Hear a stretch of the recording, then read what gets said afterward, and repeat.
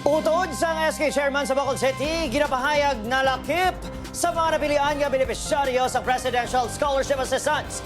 Aligasyon, ginapanginwala sa punong barangay. Sa Elite Pedreso may nagarat sa nakabalita.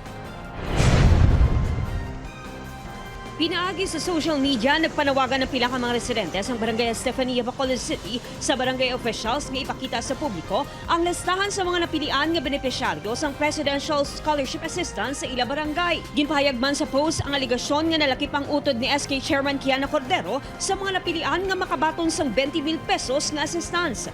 Importante sunod sa mga residente nga transparent ang barangay officials.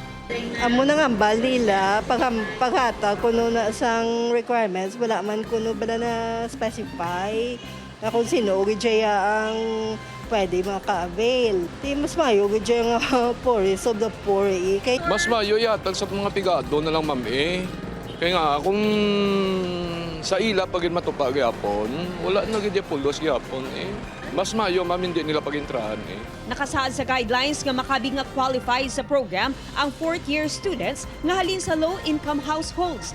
Ginathag man sa DILG Negros Occidental nga wala dapat gina-prioritize ang opisyales ang ilang mga himata. Sa pagpakigangot sa news team kay punong barangay Jerry Tingson, hugot sini nga ginpanginwala ang aligasyon. Actually, why na namon gina sa packet gin screenshot na in-forward man sa akon kag gina-issue sang mo black propaganda no. Actually na yati kwan ng publication. Hindi man pwede kabalo man ta sang guidelines. So with regards siya sa 5 ka graduating students ginpasa ko na sa atong mga purok officers. Kapang wala sang ginpakita nga listahan sa news team ang punong barangay.